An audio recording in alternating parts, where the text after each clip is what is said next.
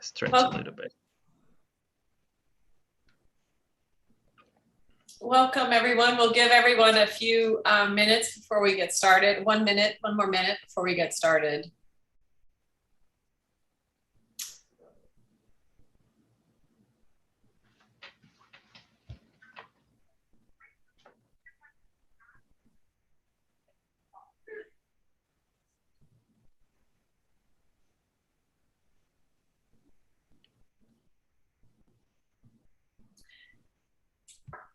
Okay, I think we'll get started. Welcome to everyone for joining us today for the Center for Studies in Demography and Ecology seminar, weekly seminar.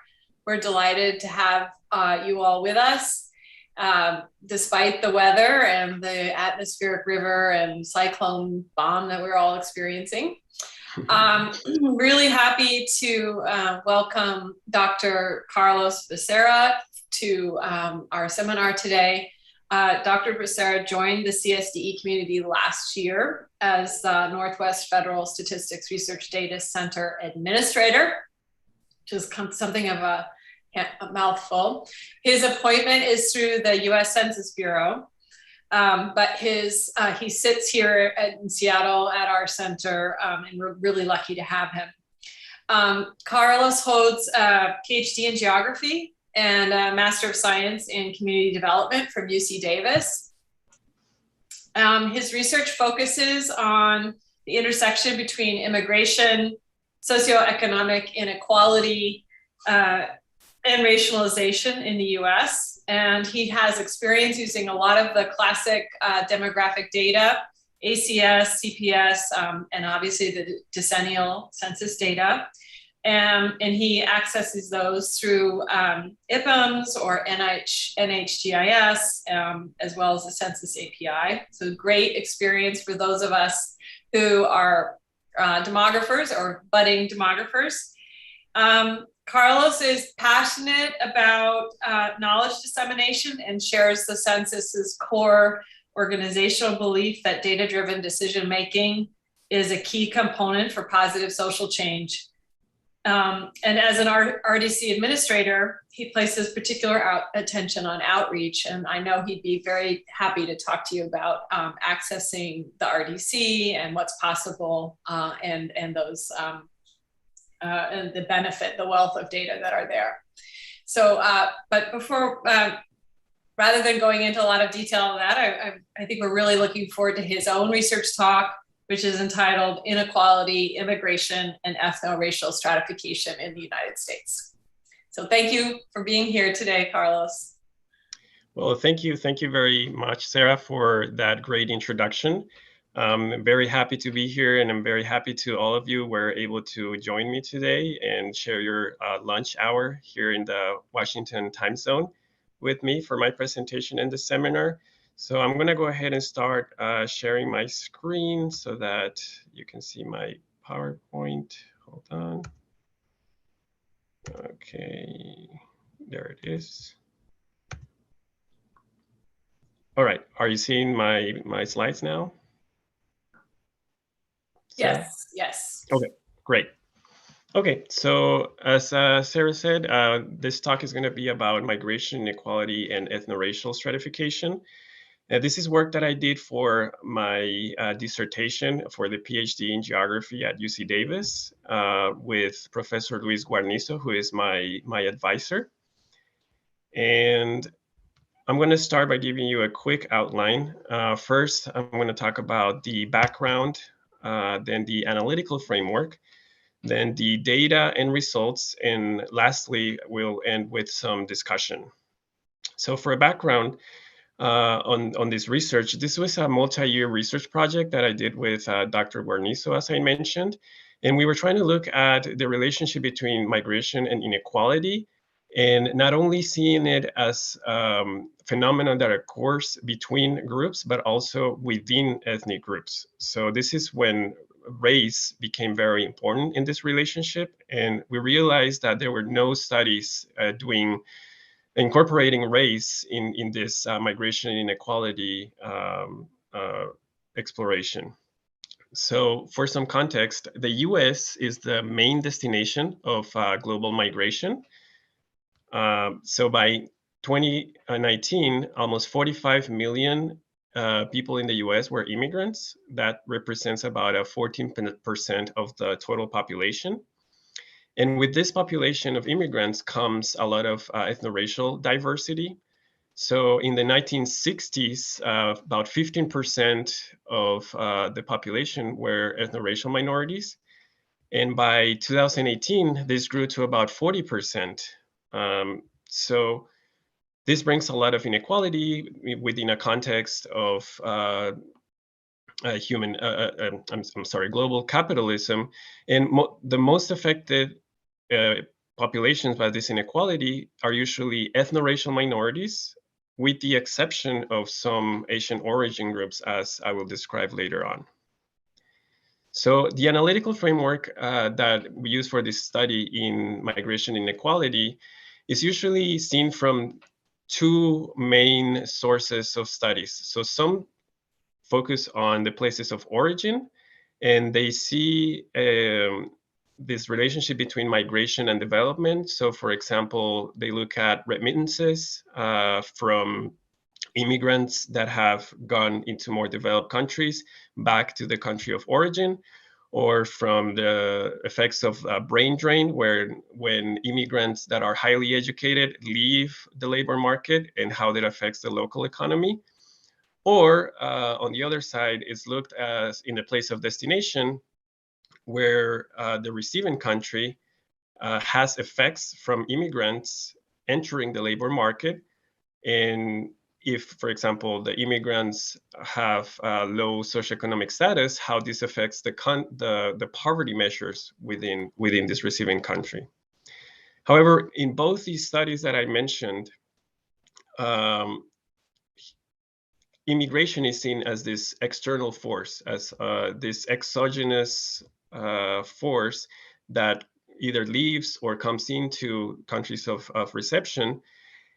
But none of them ask this very important question: how are immigrants affected? I mean, these forces are drawn by human relationships, and it's important for us to also think about how immigrants themselves are being affected.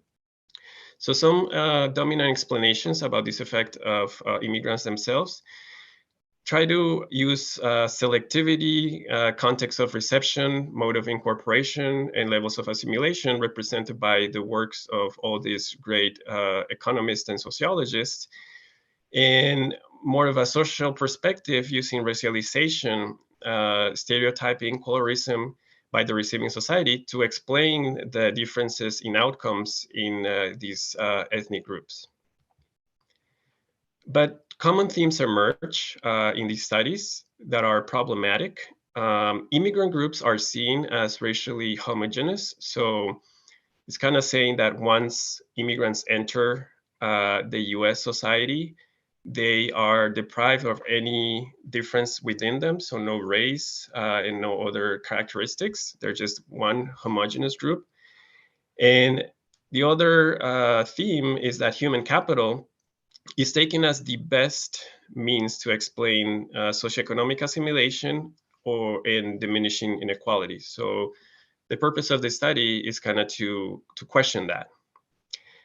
We use the concept of ethnoracialization, which we define as a process of both exclusion and inclusion. So this is important because it's not only about discrimination, it's not only a negative relationship, but it can also be very positive, and it can have very positive outcomes for some groups.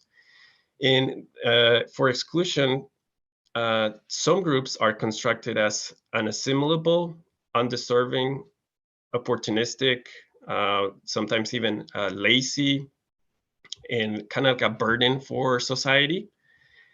And in positively, the ethnoracialization can cause inclusion. So this is how model minorities are seen. They're assimilable, they're deserving, they're entrepreneurial. And we'll see who is affected by these positive and negative ways of ethnoracializing. So again, the objective is for us to empirically document the intersection of migration, ethno-racialization, and inequality, and to see how much this interaction and in this intersection explain inequalities between groups, and also how does this between inequality relate to within inequality, and to answer the question of whether this increasing human capital can reduce the inequalities between and within groups. So again, this interplay between the differences between the groups and within the ethnic groups, and defined by race in our case. The data we use to answer these questions is a 1% sample of the US decennial census available from EPUMS from 1970 and to 2010. So basically 40 years of data. We use a subpopulation of the total US born and immigrant population of 25 to 65-year-olds who are economically active with positive income. And this is important because we want to take only into account the effects, the outcomes of those who are active in the labor market. Some of the dependent variables that we're going to be looking at are annual household income, and this is adjusted to inflation using US $1999. Also, socioeconomic status, that is calculated from the Hauser-Warren Socioeconomic Index, which is a composite measure of both the occupational status of certain different occupations categories, factoring in both the education and the income of the people that are within those occupational categories. Some of the independent variables, I'm not going to mention them all because there's many. So these are things that we're going to control for when we do the models. For immigrants, I just want to point out there's citizenship status, English fluency, and then race for all groups. And when we talk about these groups, we divided them between US non-Hispanics, both white and non-white, US Hispanic ethnically, both white and non-white racially, and immigrant groups, we divided them in by the three largest national groups per continent. So I'm going to tell you who those are later on, but also looking at the race, whether they were white and non-white. Okay. So before I go deeper into these models, I want to give you a broad perspective of the relationship between income and ethnicity. And we see that in this graph, which is, again, very broad. It's not using any controls or anything. It's just a clear relationship between the two variables, the independent and dependent variables. We see that the reference group being the US non-Hispanic white being closer to the top through the years. And we see an upward trend of this black solid line, meaning that people in the US through these last 40 years are doing better and better in terms of income. But then we see a little bit of clustering of some groups. For example, the Europeans and Asians tend to be at the top, where non-white Europeans are in the middle, and then Latin Americans, both non-white and white, tend to be more at the bottom. But it's important to see here, we go back to 1970, we see where the Asian non-whites started almost at the same level as the Latin American non-whites, but then in only a decade, from the 1970s to the 80s, they were able to catch up to the US non-Hispanic whites, and even surpass them by the 90s, and then 2000s, they remained at the top. So this results in them having an income of about an average $54,000, which is $20,000 more than the Latin American non-white group on average, who again both started at the same but ended in very different positions by 2010. So this gives us a really good idea of what's going on in terms of the whole population. In terms of socioeconomic index, we see an even more dramatic bifurcation of society. So the ones at the top, again, Europeans, Asians that are closer to the reference US non-Hispanic whites.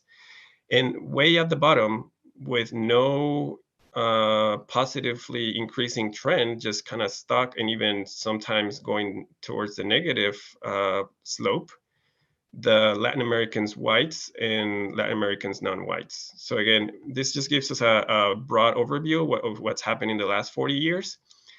But we want to look at this more closely using multivariate analysis. And we use ordinary least square regressions that are nested models in three different groups. The first models look at human capital, so controlling for all the factors usually used in socioeconomic studies. And the second one, it's an OLS model, also looking at just ethnicity. And then the last model, we look at ethnicity and race interaction while factoring in for all the other factors included in the other two models. So basically, we want to see what's the outcome of the ethnicity race interaction. Again, in all these models, the reference group is the US-born non-Hispanic white male. So keep this in mind as I talk about the results. We're always comparing to this US non-Hispanic white male group of reference. So to talk about the results of these models, I'm not going to give you tables with all the regression coefficients. Rather than doing that, we like to have a visual representation of these results. And to make it even more simple for the viewer, we take out all the coefficient results for the regression for all the factors not related to ethnicity. So basically, what you'll see here the three main groups, Europeans, Asians, and Latin Americans, divided by their representative countries. So United Kingdom, Germany, and Italy for Europeans, India, China, and Philippines for Asians, and Mexicans, Central Americans, and Cubans for Latin Americans. We decided to join all the countries in Central America as a single country, just to be representative of their experience, because if we didn't, they wouldn't be included in the model, and we really wanted to know what was happening to this population. So for household income, which is this first model we see here, it is important to keep in mind that the reference group is given by this vertical zero line. So anything to the right of on these right quadrants, they're doing better than the reference group. They have a higher income in general after controlling for all other factors. And we see that Europeans and Asians are doing much better, as it was seen in the previous graph. And Latin Americans, for example, Mexicans and Cubans are doing worse. And we would expect for this relationship to have kind of a direct positive relationship with socioeconomic status. But as we see here, that is not necessarily the case. So for Europeans, we see that Italians are doing actually worse than the reference category. Asians remain in a very positive light in terms of socioeconomic status. But here, Mexicans, again, doing worse, Central Americans doing worse in terms of socioeconomic status when compared to US non-Hispanic whites. Now, to start talking about what we were really interested about with this research, it's that ethnicity and race interaction. We included this model that does this interaction, but the coefficients when you do an interaction are very hard to interpret just by looking at them. So it is better to calculate their margins. And again, we present this in a graph, but these graphs can look very noisy and very complex. So I'm going to explain how to interpret it before I show you the actual results. So in the x-axis, we're going to have the independent variable, again, the countries of origin that we already mentioned. And in the dependent variable, we're going to have both the household income and the socioeconomic status. Then we have a reference line, which is the reference group, non-Hispanic US white, and anyone above, any number, any difference above this reference line it means there's a positive differences between the independent variable group, so the country of origin, and the reference group, and anything below that reference line, it means it's negative.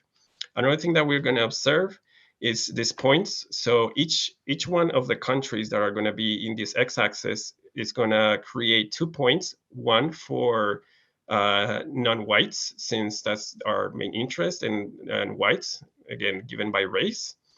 And one thing to look at is the closer these points are to the reference line means that they're more equal. So for example, in this first country example, these are imaginary countries, of course, we would see that we would say that the white population within this country is doing much better in whatever measure we're examining, and the non-white is doing worse on this first country. On the second country, we would say there's no difference between the whites and the reference group, and then there's actually a positive difference between the non-whites. And here we would say that both have a negative relationship. But one more thing we need to look at is this the whiskers that are created by the confidence interval. So how confident are we on our estimate?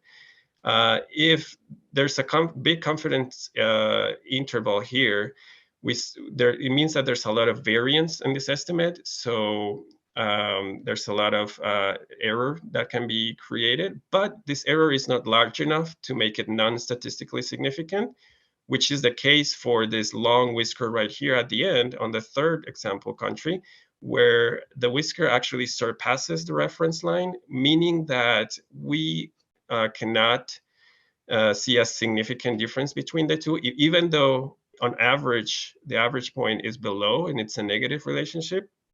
This is not statistically significant because this point could also, we're not certain that the point cannot be also actually crossing the reference point or above the reference point. So having all this in mind, let's look at how these results actually look in those graphs.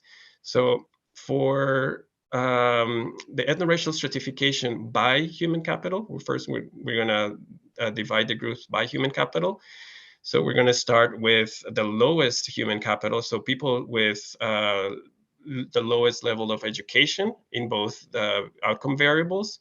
So people with less than high school education are going to have a very, as we see, for example, for Europeans, we see a lot of variance, these whiskers being very long and most of the time crossing this reference line. Again, this is the reference line of US non-Hispanic whites. And again, in this reference line, it's important to keep in mind that has the same level of education as the rest. So we're seeing comparisons with people of the same education and similar in every other characteristic that I already described. So males would be compared with males, females with females, etc.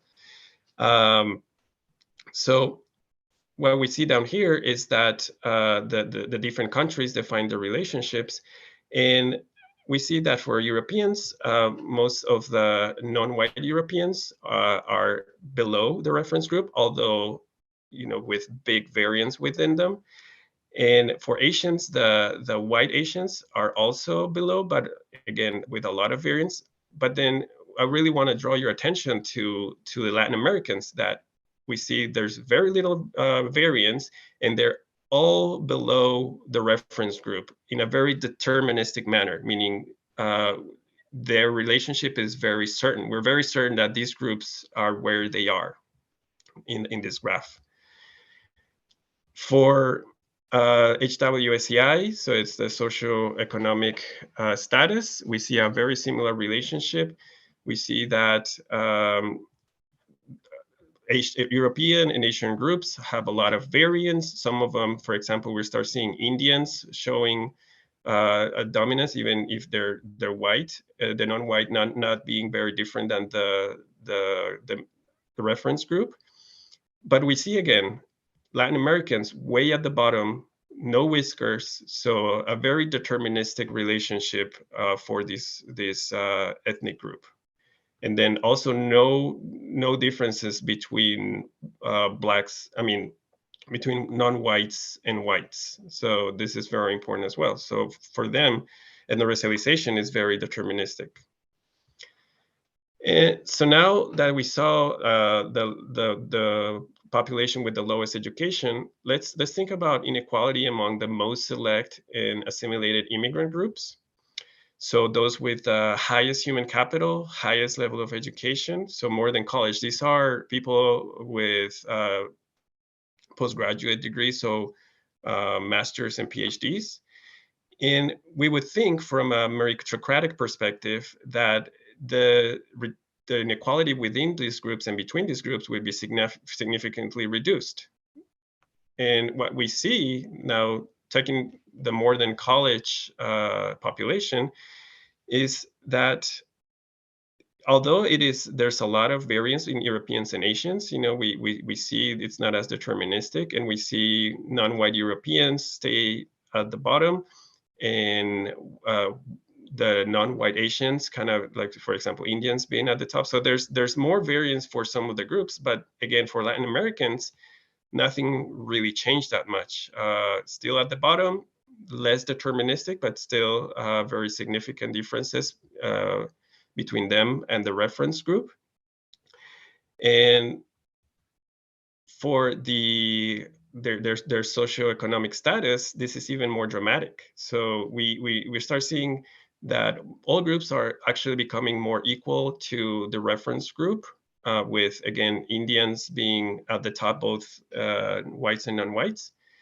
But again, Latin Americans staying at the bottom, and actually we start seeing differences between those that are older Latin American groups and Cubans, and Mexicans and Central Americans. These are the two groups that pretty much in every single human capital measure stay always at the bottom. So when discussing these results, we start seeing some ethnoracial stratification emerging that kind of questions the one proposed by Bonilla Silva, who is a very influential sociologist who while seeing these relationships in other studies, he started seeing stratification occurring, and he proposed a model similar to the Latin American societies. So where it's very coloristic. It's using colorism to explain these things. So the whiter you are on top, and the darker or non-white that you are at the bottom. But we actually see that it's not that simple with our results. At the top, we have actually some select Asian groups that are non-white. So this colorism kind of gets rejected there. And select white European groups and US non-Hispanic whites, although they are lagging. So we see that immigrants are doing better and better than US non-Hispanic whites. We see, as I mentioned, that there's a lot of internal inequality within Asian groups, both in terms of racially and within those racial categories, with those whiskers being very big. I'm sorry.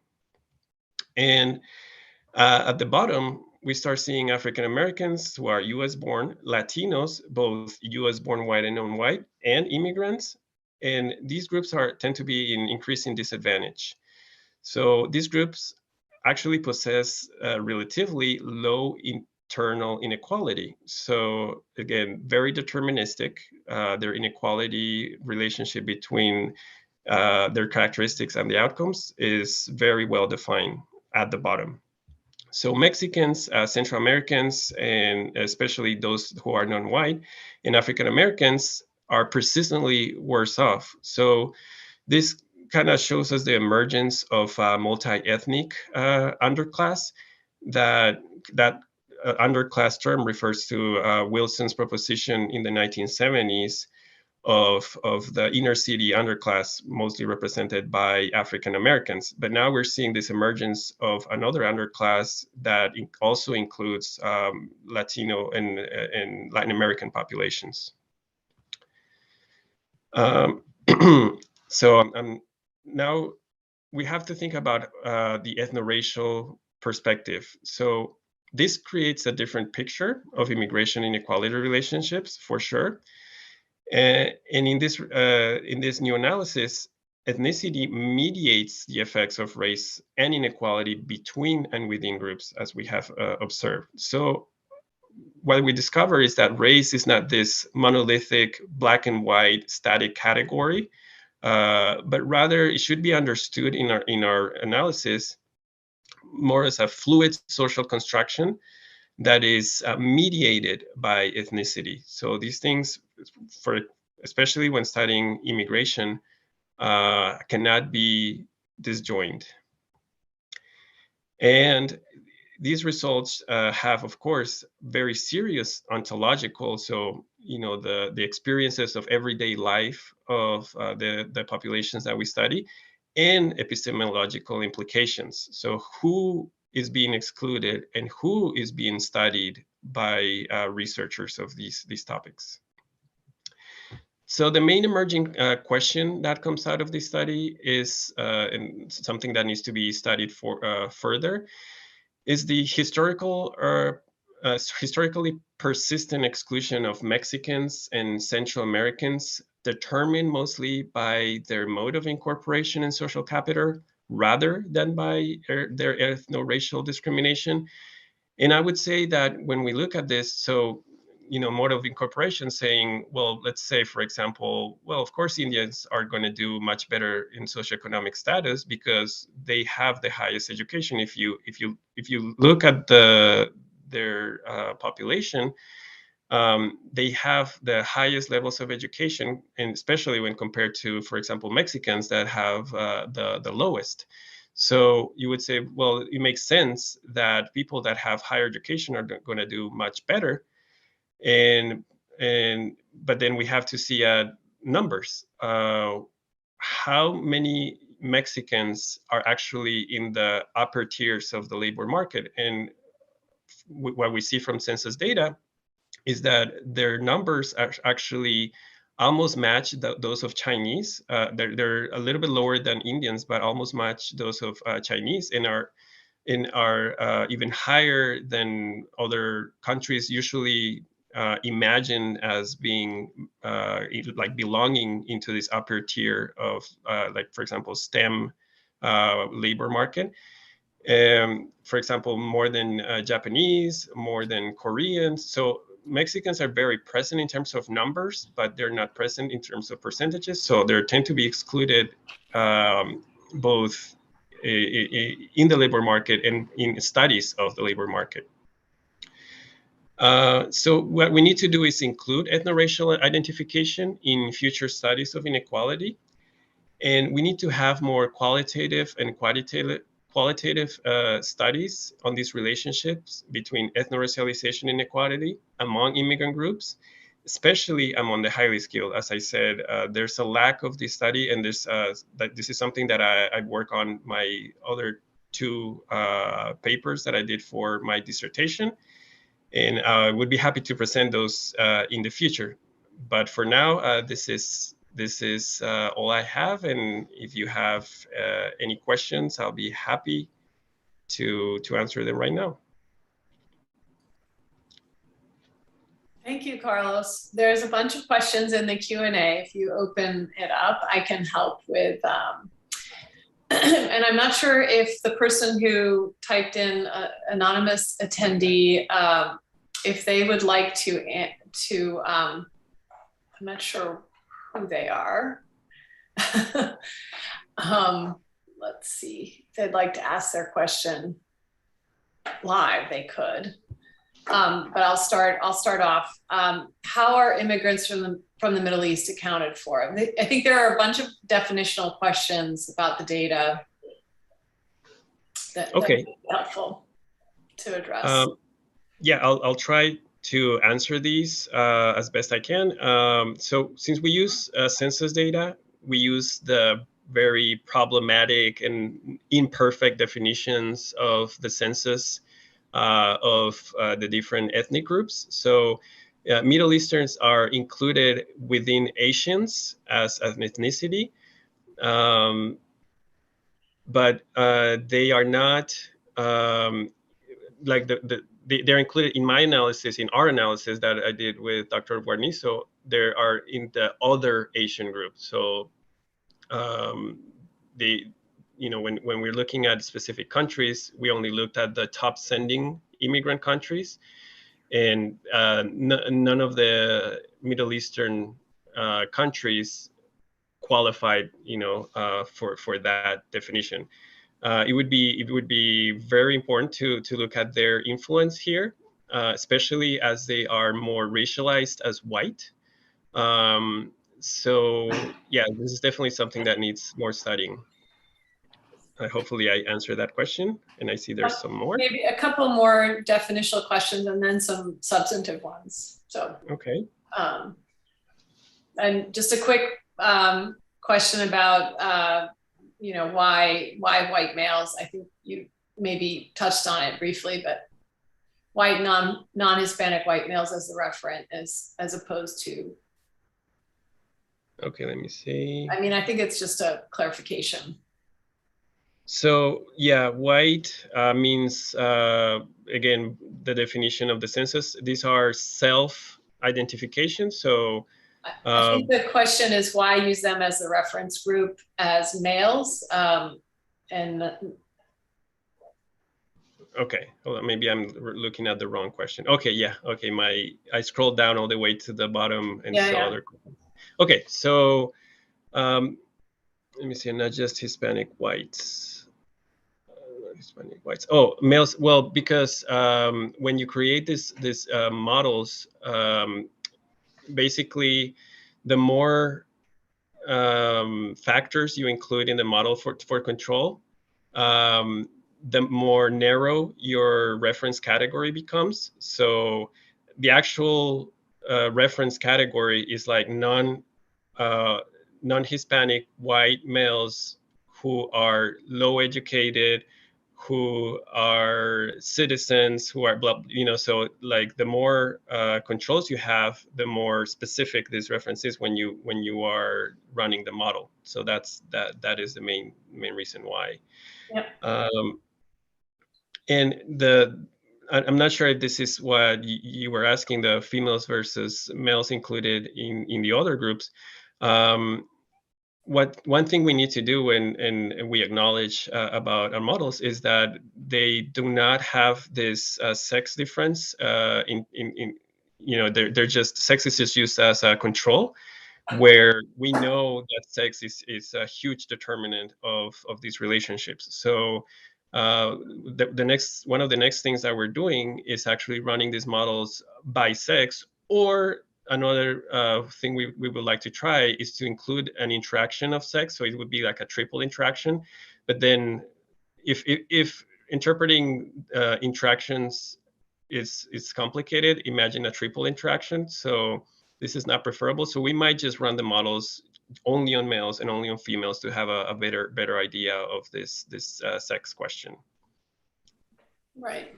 Yeah. And that so I think there are several people asking questions about race here and how to think about race and some of the challenges around thinking about race and racial categorizations. And you're somewhat limited by what's available in the census, obviously. Yeah.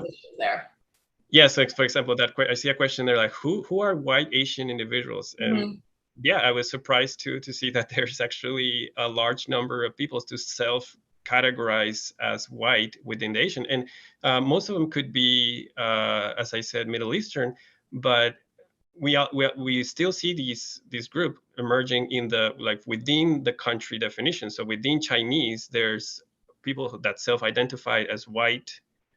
Within Indians, there's people that self-identify as white. And we see this in Europeans, which is more understandable because there's a lot of migration that occurred from African countries to Europe and then from Europe to the US. So we can see this making sense. But again, we're limited to what the census provides and the self-identification of people with those categories of the census. Mm-hmm. Yeah. I think maybe Vivian Chen has a question here about, is there, I'm like seeing if I can allow Vivian Chen to speak if she'd like. So let me just get Vivian here. Yeah, there we go. I think I did it. Okay. Oh, I think I see her. Vivian, do you want to? She's coming online, so she can talk. Okay, I'll just wait. Vivian, you can unmute yourself, I think. Oh, okay. Yeah. Thank you for the opportunity to ask a question.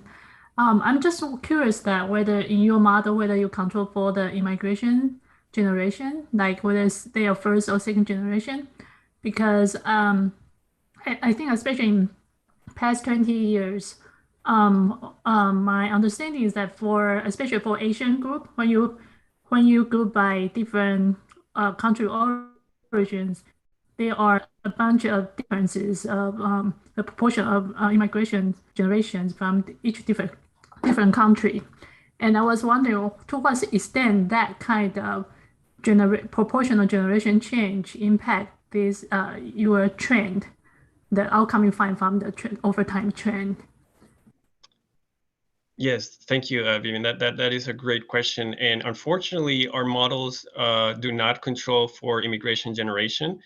Again, this was a very kind of more a contextual view of the migration and inequality issue. So kind of to see the historical context and through the last 40 years, but there's a lot of that comes out of this model that needs to be studied further. One of those examples is the multi-generational effects and the different waves, looking at, specifically at the Asian immigrant population.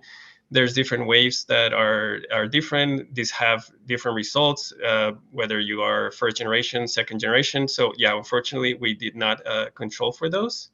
But it's something that we definitely need to look at because there is a lot of research, as you mentioned, of the significance of these differences. Yeah, thank you. Thanks, Vivian, for the question. And Alex Panikachi, maybe?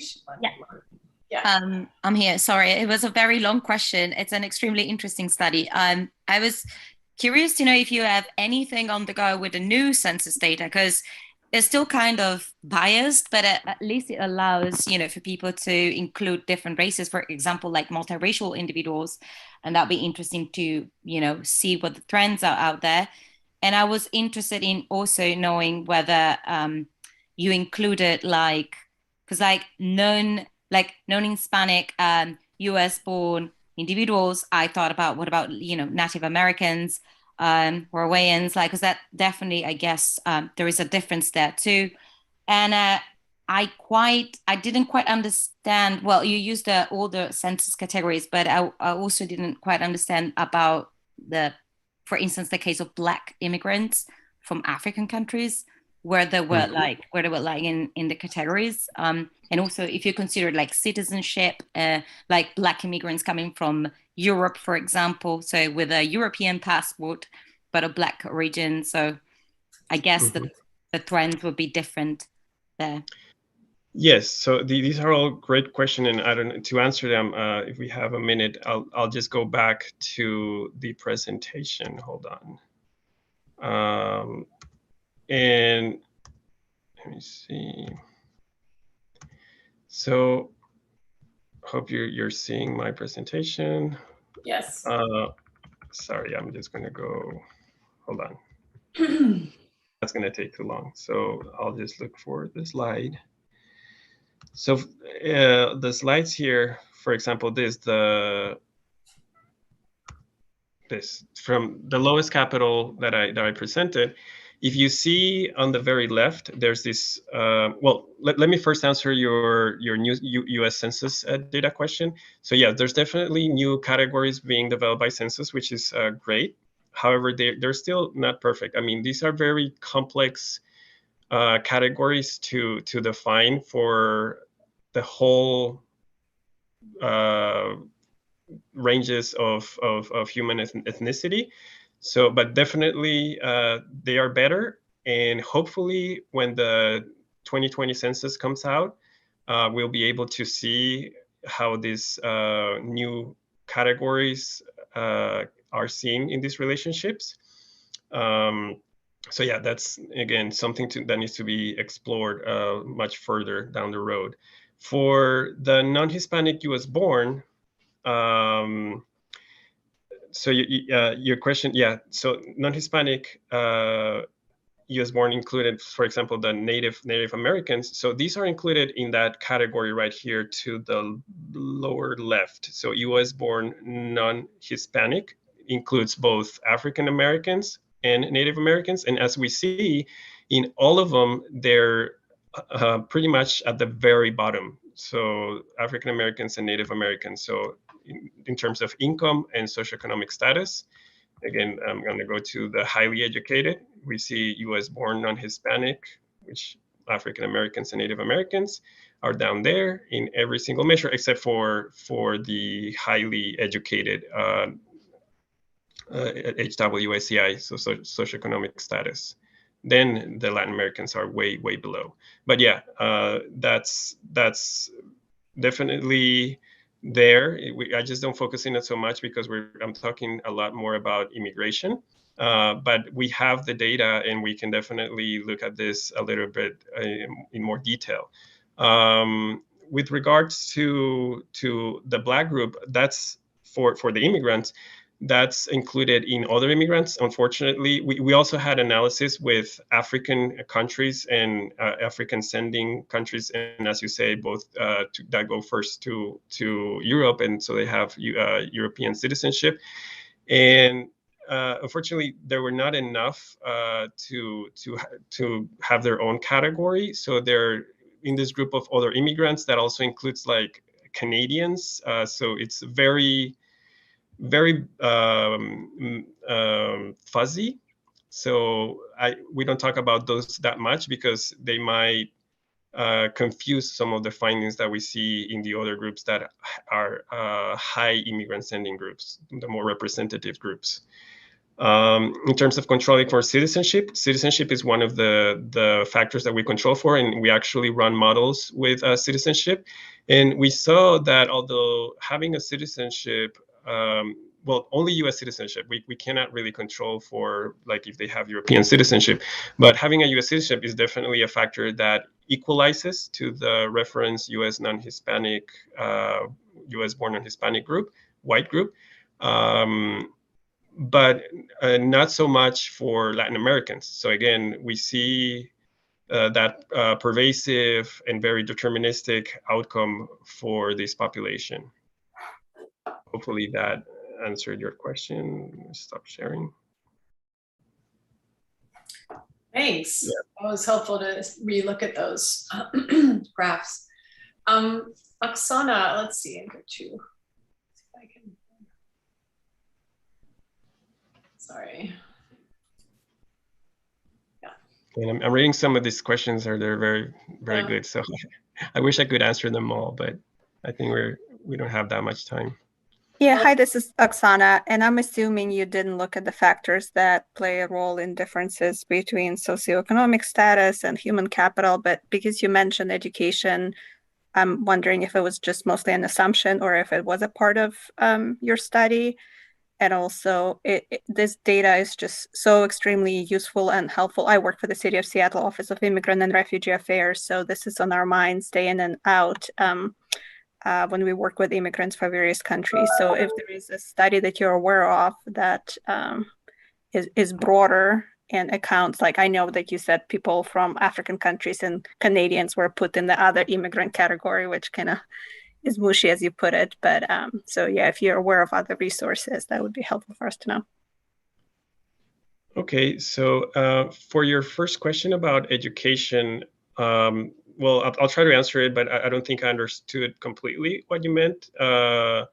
So well, maybe I'll give you a chance to think about it. I think, Oksana, they do address education. They're comparing between educational attainment across race and ethnicity.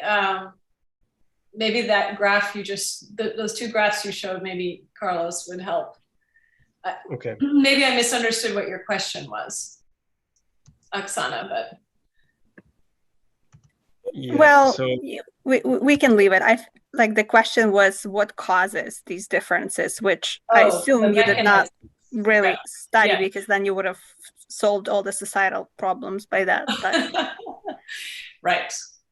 Yeah. Yeah, so the education part, yeah, we looked at, hold on, from current slide.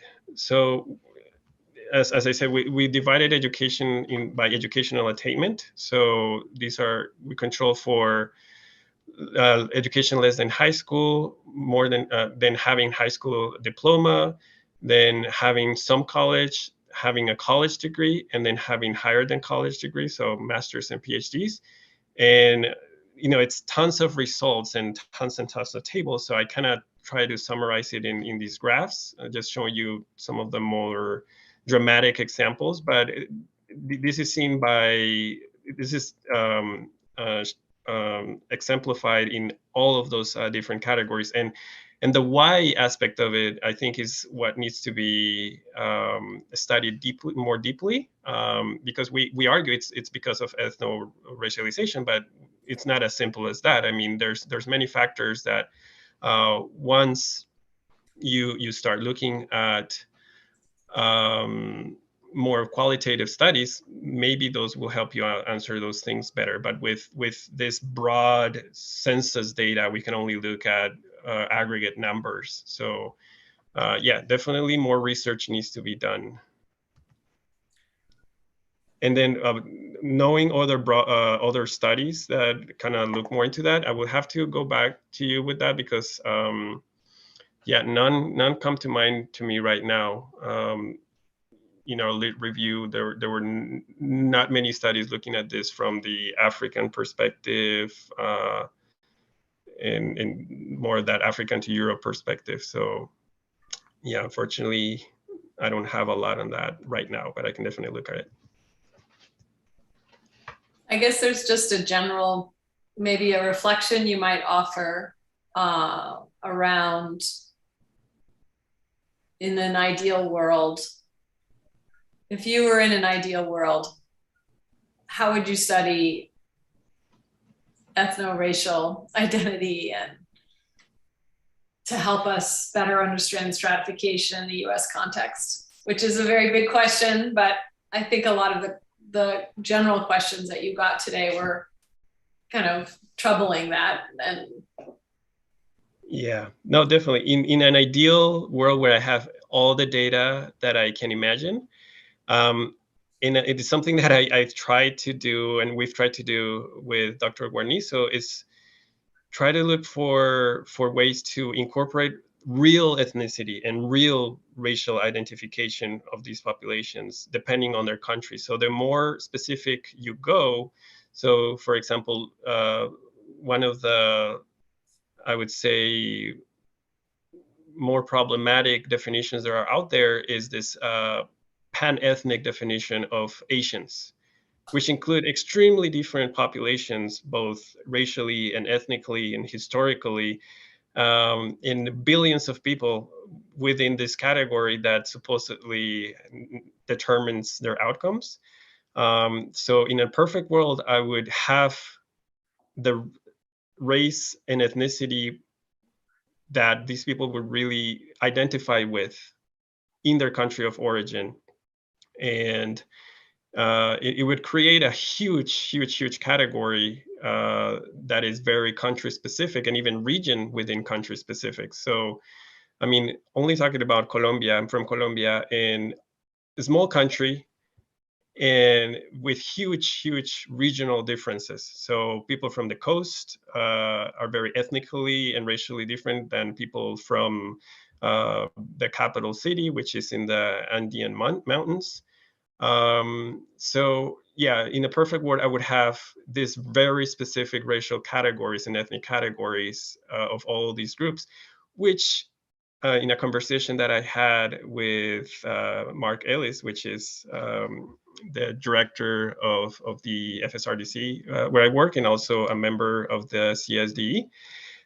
We're talking about, well, there's also actually there's census data that kind of allows you, very restricted access census data that allows you to see some of the regions of origin of immigrants. And if you have this, you can kind of create a proxy with knowledge of these regions of what are the specific ethnic and racial differences of this region. So it is still very in the earlier stages, but this will be something very important to look at in the future. And maybe the last comment, and just a comment, Tumet, one of our affiliates, says maybe we shouldn't measure how you identify yourself, but how others are identifying you, as a way of capturing structural inequality, structural racism. Yeah, and this is great because there has been studies in actually the census racial category used to be defined like that. It's not how you used to self-identify, but it used to be how the census taker saw you as. So it would be really interesting to see the differences between the two. I mean, it would be complex by there being two different historical points, but just to see how when someone else identifies you, which ends up being the more important aspect of this relationship, how that plays out in this phenomenon of ethno-racialization and inequality. Yeah, great comment. Yeah. Well, thank you. We are about 3 minutes shy of 1:30, but thank you, Carlos. That was a great presentation. A few comments in the chat, super useful. Thank you. And if you have any questions about the NWFSRDC and using some much more richer, complex data, certainly reach out to Carlos. He's there. Yes, I'm here. I'm here for any questions. And actually, we're going to have a workshop coming up on the 9th of November, where I'm going to talk about for all the affiliates of University of Washington. Yeah, any questions, bring in questions, and I'll show how to access this data and we can work together to make great research for the future.